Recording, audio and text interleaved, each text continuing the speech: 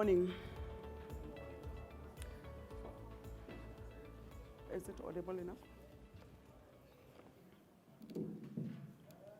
Try that. Good morning. Good morning. I got to try it as well. I'll first like to greet you all and welcome you in this place in our second day for our conference. And to also give special welcome to those who were not here yesterday and also tell you that you missed a lot. And then today is still another chance. You're going to get a lot. Actually, more than what you missed.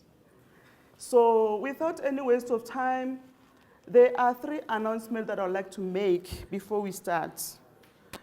I think yesterday we had another screen this side, the 3rd screen.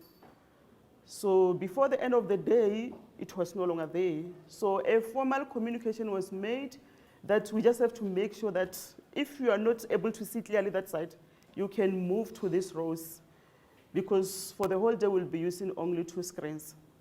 So for those who are not comfortable that side, eye strain and other things, you can move and occupy this side.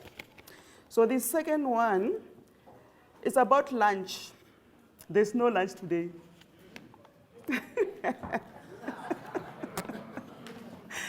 Okay, it's about the lunch tickets. So towards lunchtime, there will be people offering tickets at the door for us to go and get lunch. So there is lunch today. So the last one is about the speakers. There is a consent form that should be signed off by the speakers. So if you are a speaker amongst us here and then you didn't sign your form, you still have time to go and see the organizers and sign your consent form. So without any waste of time, today we have our speaker. If you can look at the programs, for the single electron measurements, there is Professor Mark Blumenthal from the University of Cape Town.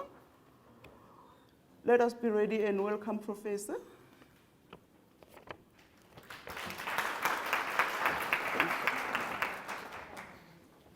Yes, you can take over. I'm sorry? No. Can I go? Yes, you can.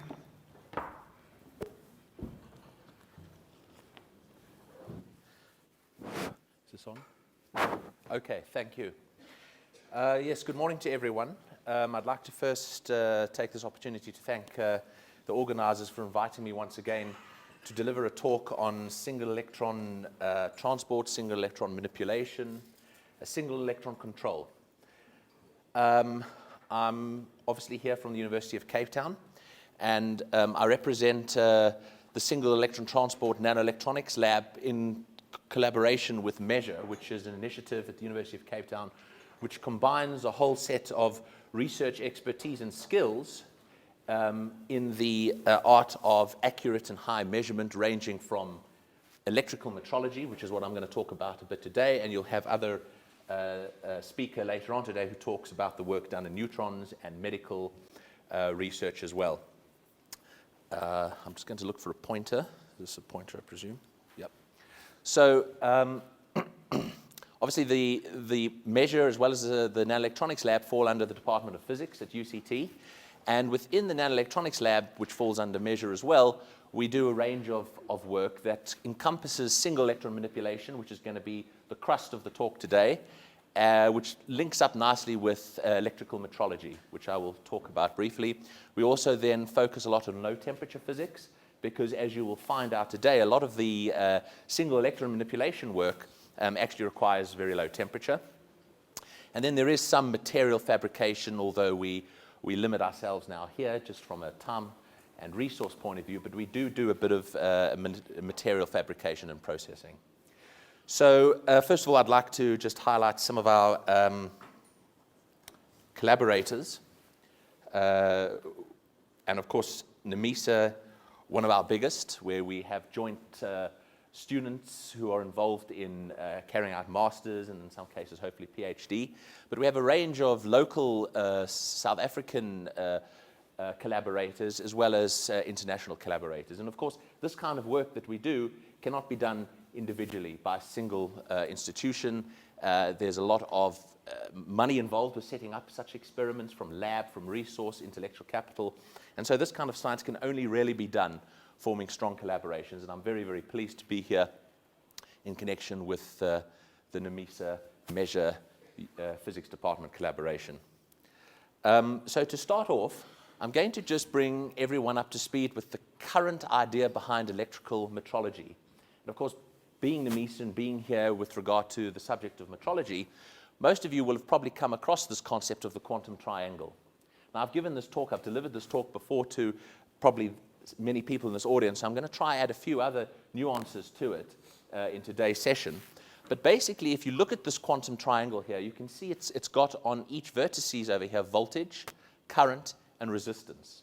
Now, the aim of metrology, as you know, is to try come up with a very accurate standard definition for some of these fundamental measurement quantities. And in this case, we're really representing Ohm's law here.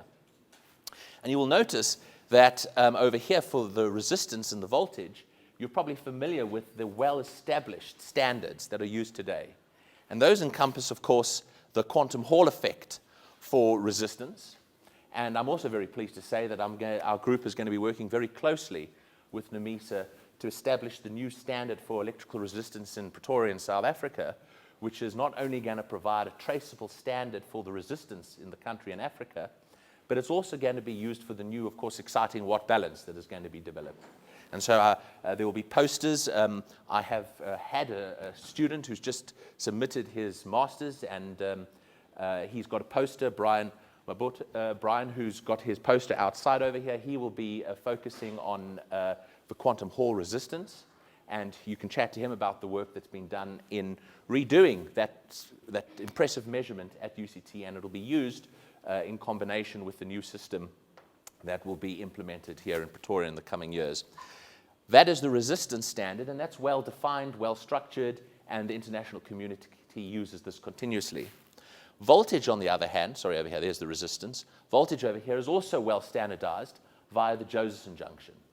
And what's important is if you look at this triangle here, you'll see that the way in which the resistance manifests itself in a quantized standard is actually related to fundamental constants of nature. And that is h bar, or h rather, Planck's constant, and the charge of the electron. Now that's quite a fascinating result. Via quantum mechanics, the resistance locks in to these very flat plateaus, which are related to the charge of the electron and the constant proportionality between energy and frequency. The same with voltage. Here it's h over 2e, while the resistance is h over e. Obviously, if we want to develop a current standard which has not yet been implemented, the best way to do that is to get your current standard in terms of charge, the charge of an electron. If you define current in its most basic form, it's charge per unit time.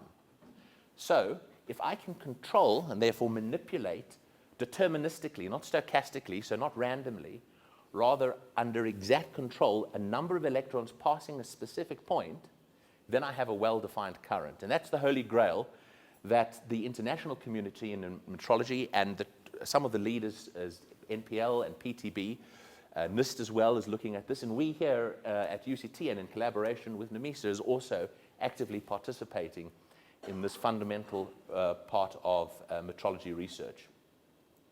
So what I want to do is give a brief history to the progress of single electron manipulation. I've got a range of papers here that have been published over the years, going back to the early 1990s, that describe the different modalities that are available if you're going to control a single electron.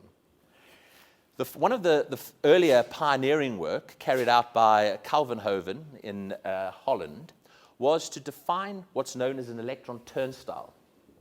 So a turnstile rings a bell if you go into a supermarket and you walk through those rotating turnstiles, or you come into a hotel lobby, you've got those weather retardant turnstiles. You can imagine that people get clocked into the hotel individually, and the size of that rotating door determines each section of that door determines how many people you can clock through at a time. So if you change the size of that rotating door such that it can hold only one person, and that door is spinning 10 times a second, you're going to clock 10 people in per second. If you want to clock more people in per second, just make each compartment in that door bigger and you can hold 3 people. And then you clock 3 people in per second. So how does this turnstile actually work? Well, this is quantum mechanics. And if you've done a little bit of quantum mechanics, you'll know that in quantum mechanics, you have something known as an electron probability of tunneling. If I throw a tennis ball at that wall, you'd be very surprised if the tennis ball went right through. That's not going to happen classically. An electron being thrown at a barrier equivalent to that wall has a probability, of course, of bouncing back like the tennis ball, but it's also got a non-zero probability of tunneling through. And it's that tunneling probability that you can control and manipulate. So what they've done here in these diagrams over here, the group of Calvin-Hoven, who has a very well-funded and well-established lab in Holland now, is that they define this little box, which is called a quantum box, and it's got barriers defined on the left here and on the right.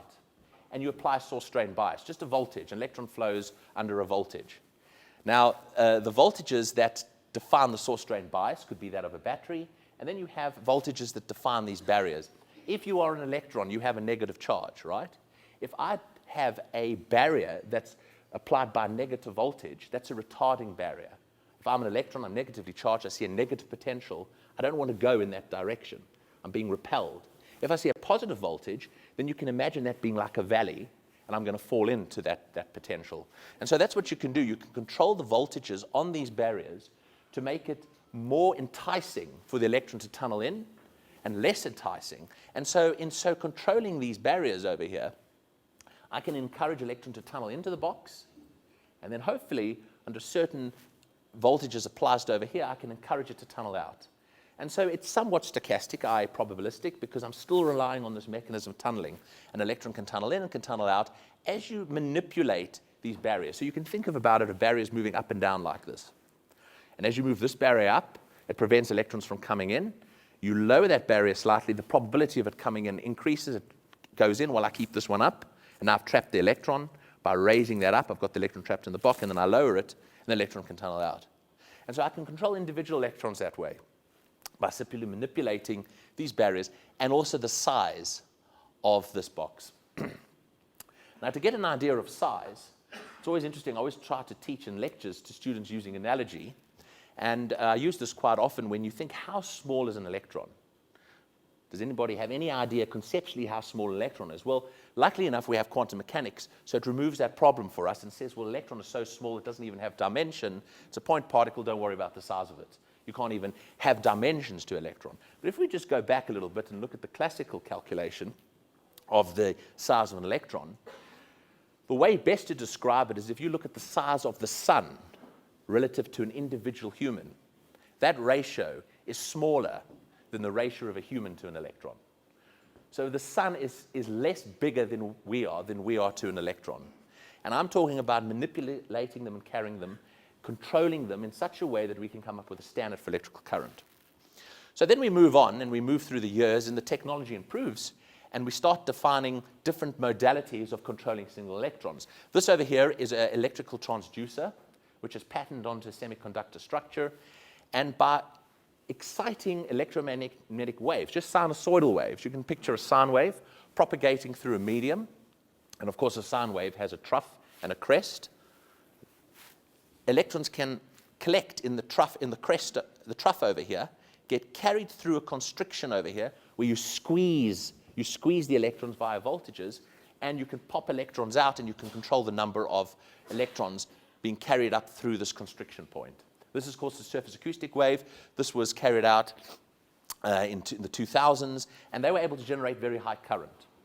Because one thing that is important for a metrological application is that not only do you have the accuracy, how precise is your current source, how many electrons are you losing per cycle, but also how big is the current.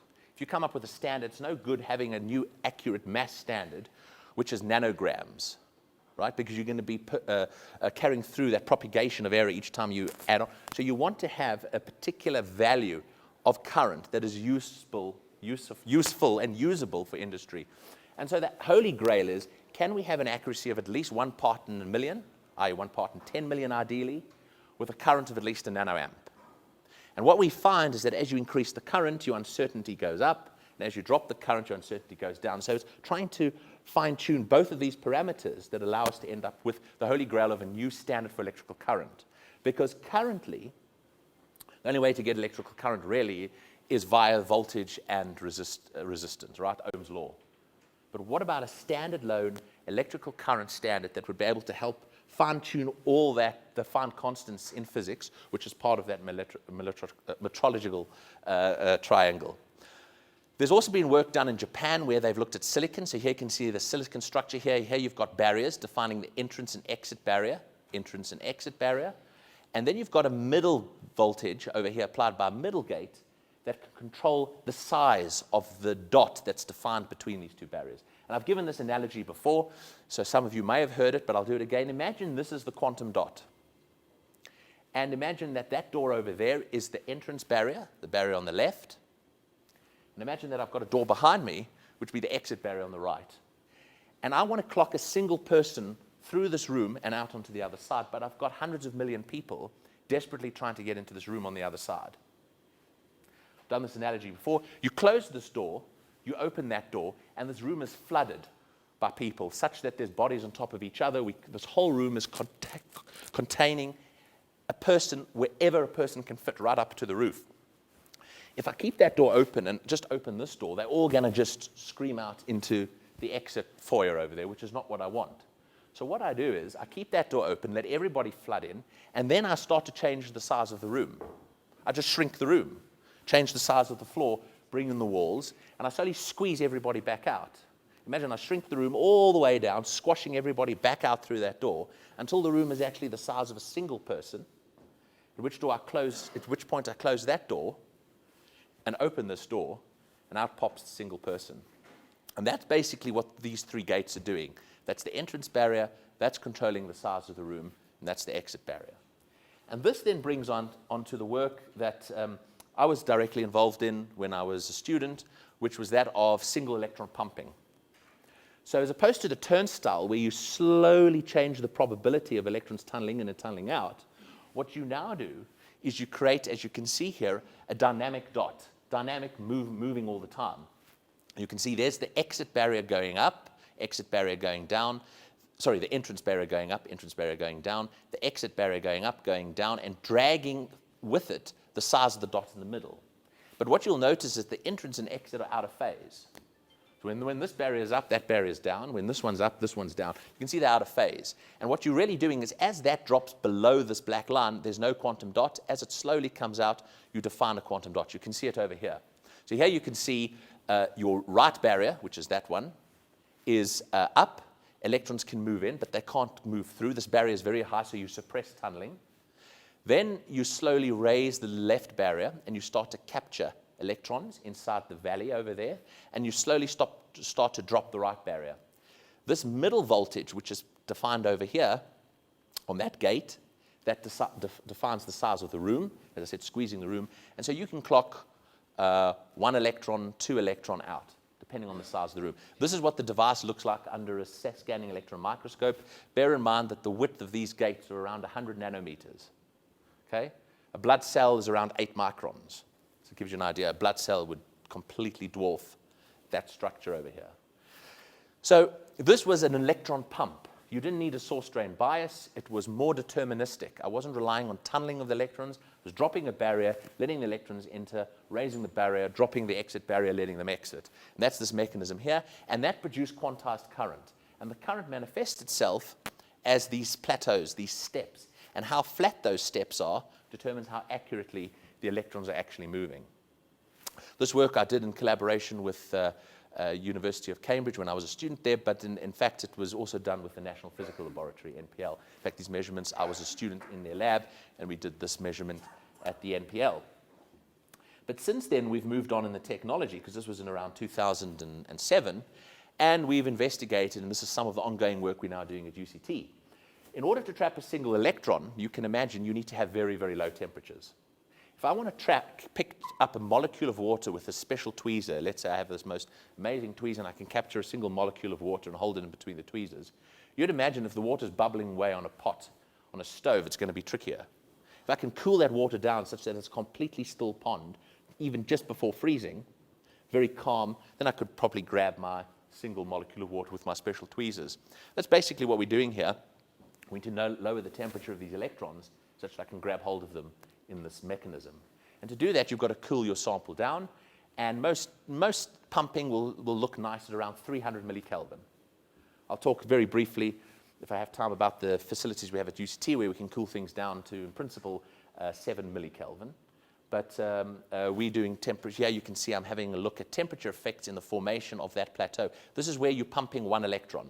This is the current over here. It's quantized in terms of the number of charges you have multiplied by the frequency at which you're oscillating these barriers.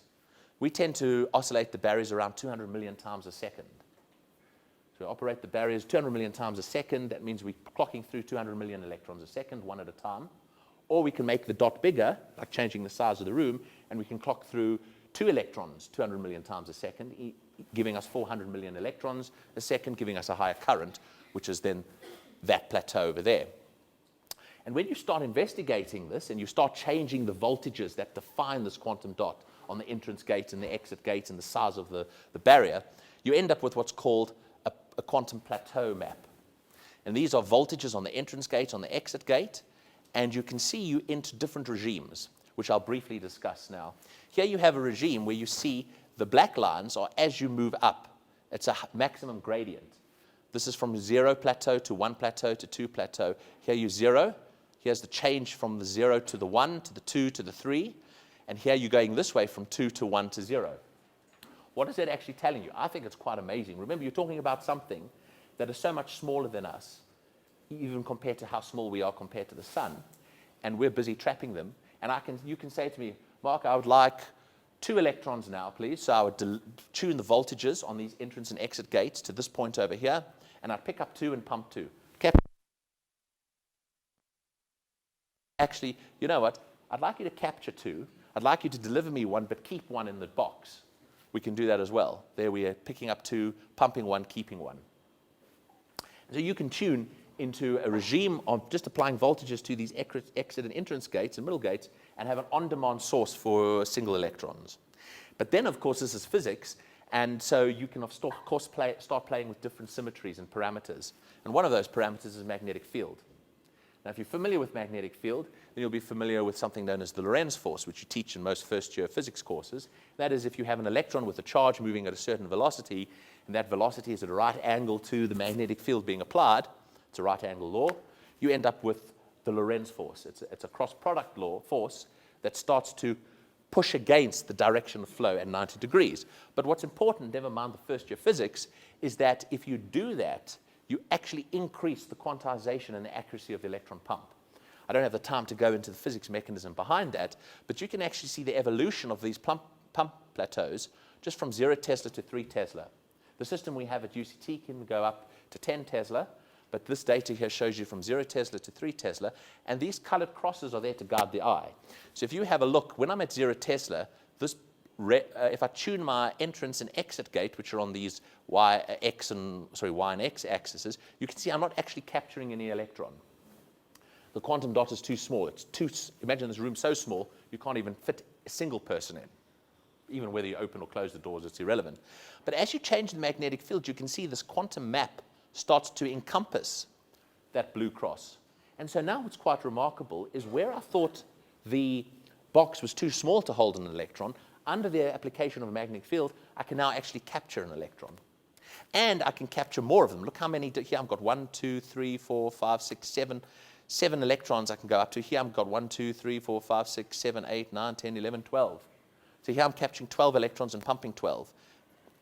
Here, for example, I'm capturing 4, pumping 4, capturing 4, pumping 3, capturing 4, pumping 2, etc. And what you notice is that the length of these plateaus get longer in magnetic field. Now, what you also should notice is that when I pick up 1 electron and pump 1 electron, the plateau is longer than when I pick up 2 and pump 2.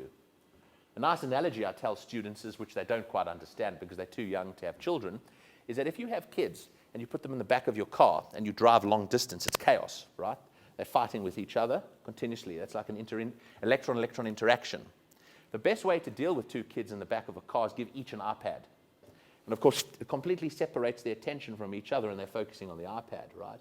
This is the same thing with the magnetic field. You introduce a magnetic field, and because of that Lorentz force, the electrons become localized independently, and they're no longer interacting. And of course, electrons have similar charge. Take two magnets of the same polarity, try to squeeze them in a close place together. They're pushing away all the time, their kinetic energy goes up and they pop out.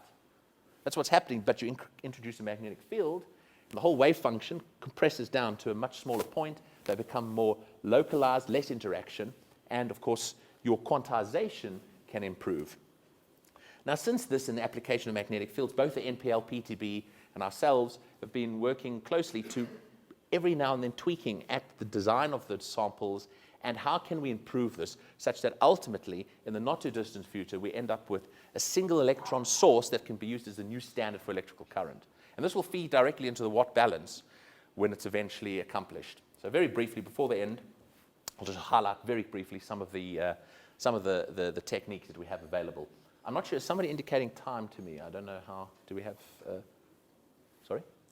Oh, okay, you let me know. So this is now, if you've got, of course, one electron pump delivering 1 electron per cycle, why don't you have 2 pumps or 3 and have them operating in parallel? Because one thing we found is that if, as I said to you, if you try to pump too quickly, then of course you get the higher current. Because remember, the speed at which I open and close these doors and then change the size of the room per second will determine how many people I clock out per second. So if I'm opening and closing these doors 150 million times a second and squeezing the size of the room, I'm going to clock 150 million people out. If I do it 1 billion times a second, I'm going to clock 1 billion people out. And obviously, I said to you, you want a reasonable size current. If you're dealing at around 200 megahertz, that's 200 million a second, you're talking only around 20, 25 picoamps of current.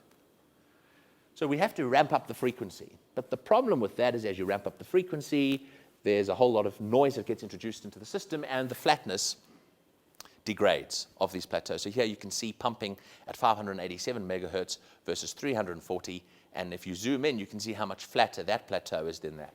So you get your higher current, but you start to lose the accuracy. So one thing we've investigated and we've published and worked quite nicely is just operate more in parallel. So instead of doubling the frequency, just double the pumps. And so if I have 2 rooms now operating, clocking both 150 million people a second through, and I've got 2 rooms in parallel, that means I'm pumping through 300 million people. But in individual rooms, so I don't have that same noise issue. And so here we have 2 electron pumps operating in parallel. What I'm very pleased to say is at UCT, we've pioneered, we're the first group now in the world to do this, is what's known as a multiplex, or I should rather say the first group in the world to get this to work. And here we've got a device. This was made in the University of Cambridge, but the measurements were done at UCT and still ongoing. I've got a PhD student working on. This is under scanning electron microscope. Here you can see we just use 2 gates now, so it's like a ratchet. You've got a barrier here. You're throwing electrons up over this barrier. The voltage on this barrier and this one defines the size of the dot, so it's a little bit more complicated. It's actually simpler to operate, but it doesn't have that middle barrier to change the size of the room. And here are the different gates on each one. So each section over here, 1, 2, 3, 4, 5, 6, 7, 8. These are 8 individual electron pumps. And it's like on a grid, like a matrix. Then you've got 3 rows of 8. So 24 individual electron pumps. I mean, this is brilliant. When I was a student, the yield of these, we used to have a whole device with 1 pump on it. And you'd put the pump into the fridge, you'd cool it down, and it wouldn't work. You'd have to take it out. Here we can have a look at 24 pumps and 1 cool down. And we can do that, and we can address each individual pump by controlling these gates here. It's like a multiplexer. You just apply voltages, you squeeze off that channel, none of these gates work. The flow of current is through these channels over here. So just by using 3 voltages, you can in fact control up to and address 24. We're the first group that managed to get this to work, so we're quite excited about that. So just in closing, I'll show you very briefly the facilities we have in the Department of Physics, and this is all part of, as I say, falls under the measure collaboration. This is the dilution fridge, which is in our facility here. That's the 10 Tesla superconducting magnet. We have a base temperature, as I say, of around 7 millikelvin. But as you start putting signals down onto the sample, it heats up. And so really we operate our pumps at around 20 millikelvin, which I know is not that balmy.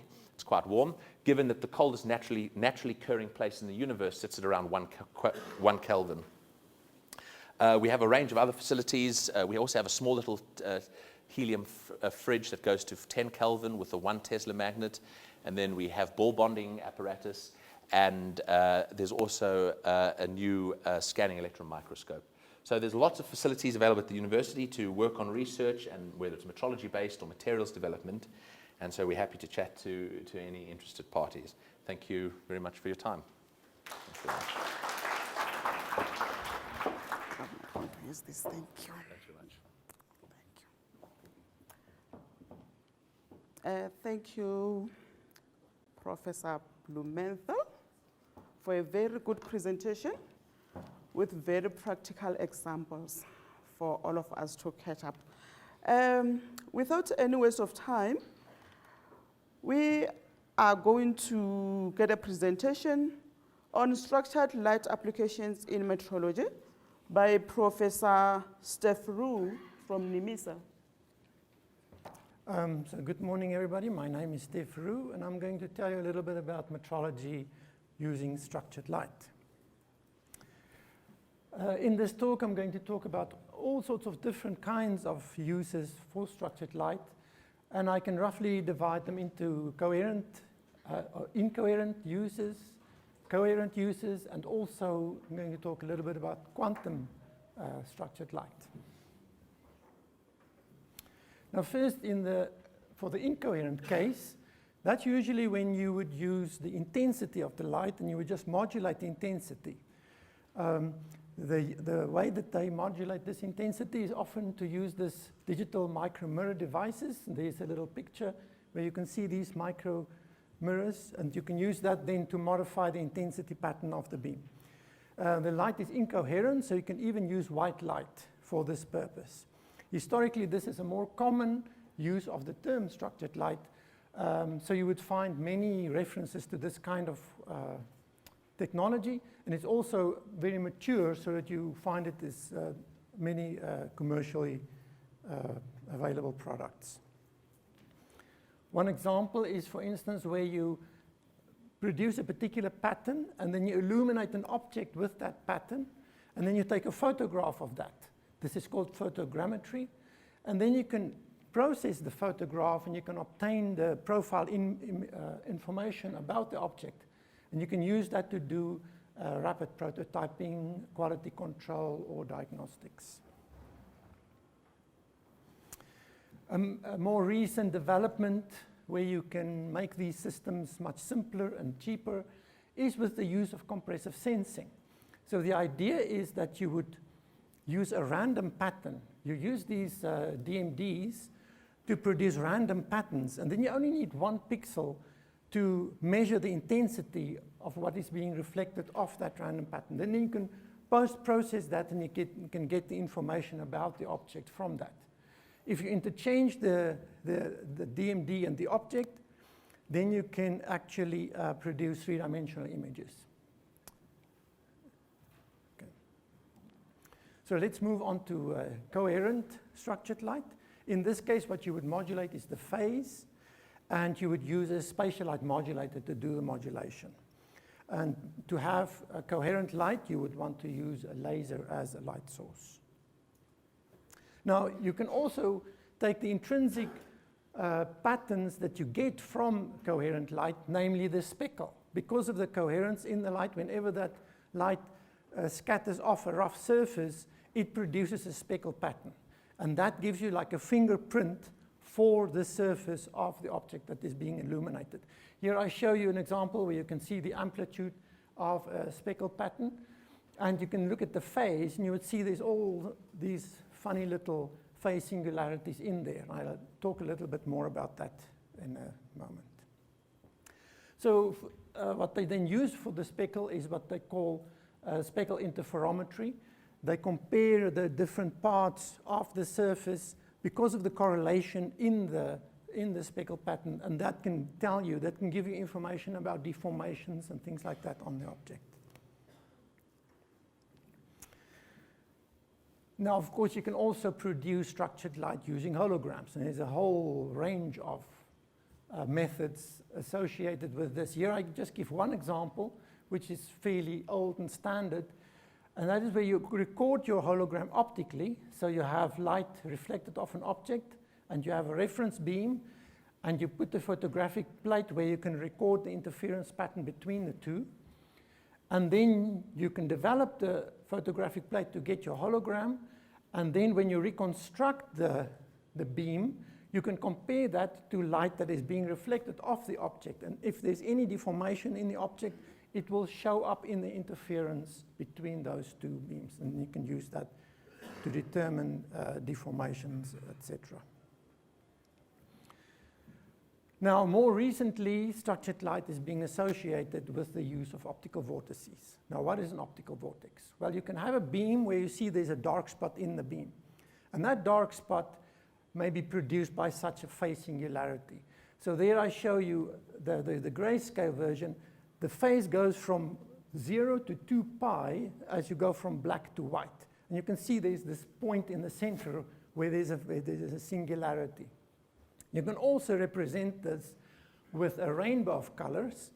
And the reason why one would do that is to show that 0 and 2 pi is really the same phase value. So it actually continues all the way around. But in the center, there is this strange point, and that represents the phase singularity. If I use a spatial light modulator and I modulate it with this helical phase, the amplitude would go to 0.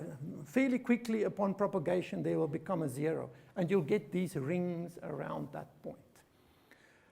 I can also think of the wavefront of such a beam.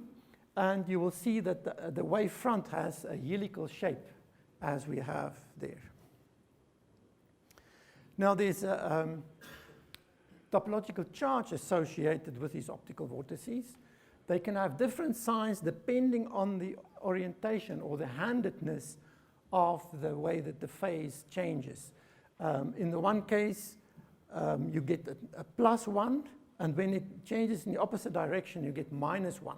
But you can also have higher topological charges.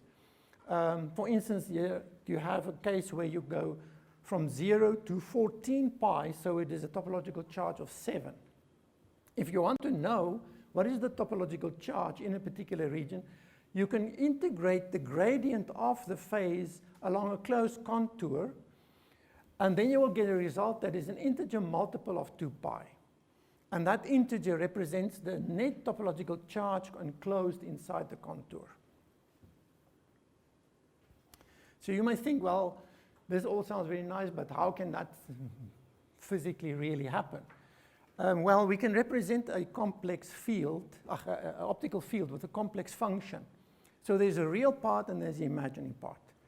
Now, the real part you can think would have positive regions and negative regions, and they would be separated by regions where it's 0. So on these lines, we call them null crossings, we would have zeros. So imagine now that the null crossing of the real part crosses the null crossing of the imaginary part. Then there would be a point where both amplitudes are 0, so the entire thing goes to 0.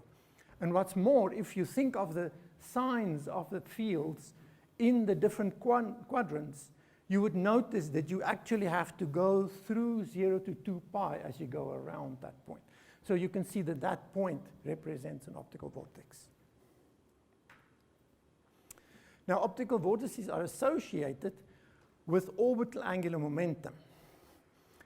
If I have a Laguerre-Gaussian beam, then there's a vortex on the axis, and it has a topological charge equal to the azimuthal index of that mode.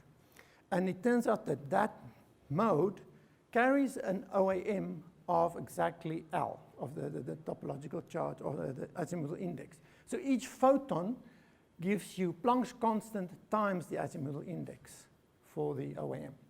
However, that does not mean that all beams with optical vortices have well-defined OAM, because I can get examples where I have vortices but 0 OAM. For instance, when I have a vortex dipole, then I have 2 vortices in the beam, one positive and one negative, and then the total OAM in the beam is 0. Or I can have a beam with a non-zero orbital angular momentum, but no vortices. And we get examples, for instance, in certain astigmatic beams. You have that situation. So how do I generate optical vortices? I can use diffractive optical elements. if I think of a diffraction grating, then I have lines. Well, say for instance, those lines have branch points. At every branch point, I will then produce an optical vortex when the light passes through this thing. So in this way, I can generate a field with optical vortices. I can also use a spatial light modulator, as I already explained. Here I've got an L equals 3 helical phase. I use a Gaussian beam, illuminate it with this Gaussian beam, and then in the far field I'll see that I get a beam with a L3 optical vortex in there. However, just after the spatial light modulator, I'll notice that I just have this single 0 with the rings around it. There are also other ways to produce vortices, cube plates, spiral phase plates, etc., etc. I'm not going to tell you about all those. And then the question is, but how do I detect these things? How do I determine whether a beam has a certain amount of OAM in it? I can again use a spatial light modulator, but this time I add a diffraction grating to my helical phase. And then I get a phase pattern that looks like that. What it will do is it will produce different diffraction orders. And the different diffraction orders will have varying amounts of topological charge added to the beam. So if I come in with the OAM equals 1 beam, then in my 0 diffraction order, I get back exactly that OAM equal to 1 beam. But in the first, the 1 and minus 1 diffraction orders, I add and subtract from that the OAM that was on the spatial light modulator. If I go further, I can add and subtract 2, etc. So now the important thing is, how do I then use this to determine how much OAM there is?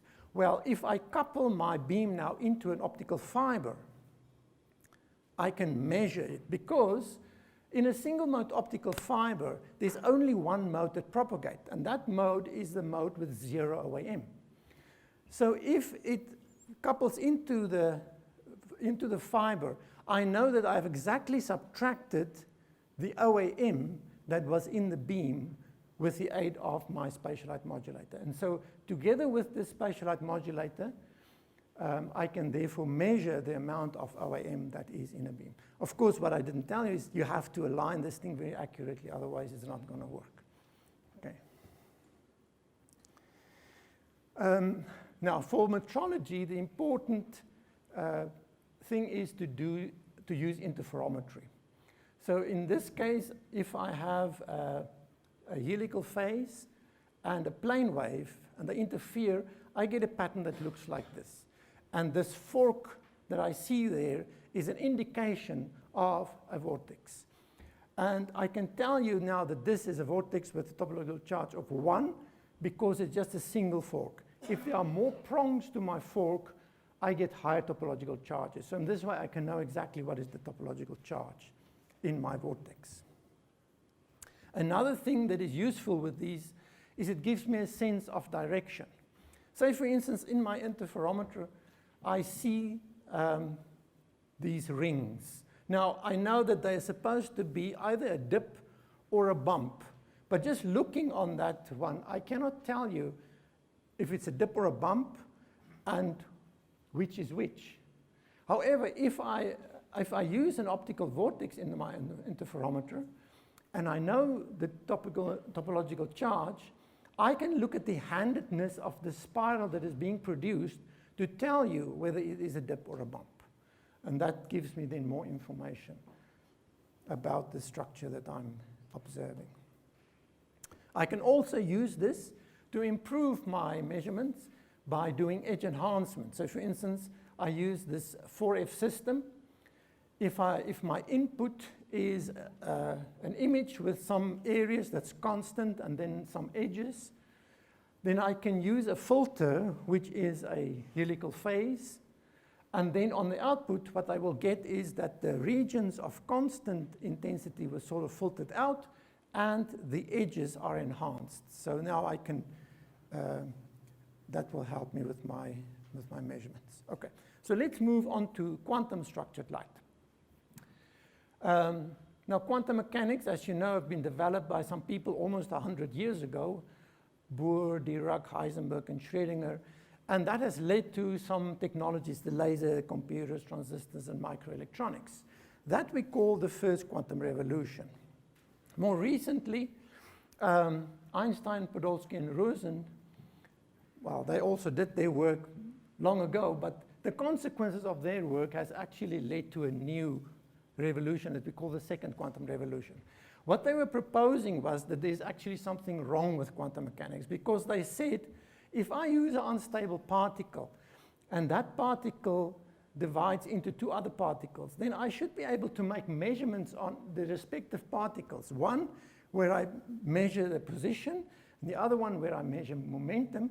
And the idea is then to make my measurements so accurately that I can actually violate Heisenberg's uncertainty principle.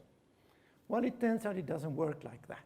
Quantum mechanics tells us that a measurement on one particle will then dictate what's going to happen with the other particle. And that led to the concept of quantum entanglement, which is now driving this new quantum development. So let me just try to explain to you a little bit about what is quantum entanglement, and I'm going to use the idea of multiple realities. I can think of a quantum state as consisting of two terms. In the one term, the first term, which I call my reality number one, I have one photon that is horizontally polarized, and I have another photon that is vertically polarized. So here's a little picture of this reality. So if I were to make a measurement on A, then I would know that B, and I find that my A is horizontally polarized, then I would know that B is vertically polarized. However, I can also find that A is vertically polarized. That would then put me in a different reality, and in that reality, B would be horizontally polarized.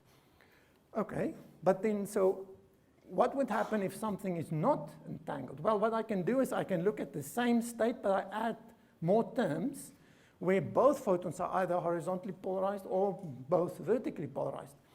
Then I can factorize it. And now I have this situation.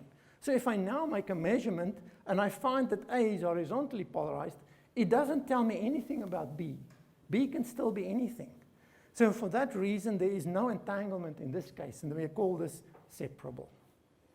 Okay. How do we produce such entangled photons? We use a process called parametric down conversion. It's a nonlinear optical process. I shine a laser onto a nonlinear crystal, and it will then take one photon and convert it into two photons, which we call the signal and the idler photon. If I use a particular phase matching condition, then the polarization of these photons would be opposite. And I can arrange it such that that is unknown. If I just look at one, I can get any polarization, but at the same time, it is entangled with whatever polarization I'm going to measure on the other side. There's also energy conservation and momentum conservation in this process, so that the frequency of the pump must be equal to the frequencies, the sum of the frequencies of the signal and the idler. And there's also momentum conservation, which says that the wave vector of the pump must be equal to the sum of the wave vectors of the signal and the idler. That also represents entanglement. So in other words, if I measure a particular momentum on the signal, it means that there is associated momentum on the idler. Now, there are various technologies that I call quantum information technologies that is now developed based on this. Quantum cryptography gives you secure communication, quantum computing, efficient factorization, quantum imaging, quantum simulations, etc. But we are interested in metrology, so where do we use this in metrology? Well, there's a technique proposed to synchronize clocks that is based on this spontaneous parametric down conversion process. What you do is, it's a two-stage process. In the first stage, you just tune the delay lines so that you get exactly the same delay between the two directions. Let's say A and B are the two clocks. So you send the photons to the two clocks, and you immediately reflect them back. And when you receive them back, you send them through a process that is called a Hong-O'Mundell effect. And I'm going to explain that to you in a second. That would allow you to synchronize this to a few femtoseconds, at least to match the delays. And then you use this SPDC process to send photons so that you build up sequences at the 2 clocks. And because of the quantum properties, these sequences would be exactly correlated, and then you can use that to synchronize your clocks. So just briefly, what is the Hong-O'Mundell effect? Well, if I send 2 photons into the 2 input ports of a 50-50 beam splitter, then it allows different possibilities. The one photon can be either reflected or passed through, and at the same time, the other photon can also be either reflected or passed through. Now, due to the unitarity of this process, there would be a relative minus sign between one pair and a relative plus sign between the other pairs. If I multiply them all out, I see that the very first term and the very last term are quantum mechanically indistinguishable, provided that my photons are indistinguishable. And because they come with relative minus signs, they cancel, so that I only get the last 2 terms. In other words, either both photons go the one way, or both photons get the other way. I never see one photon going either way. So coincidence counts always give me 0.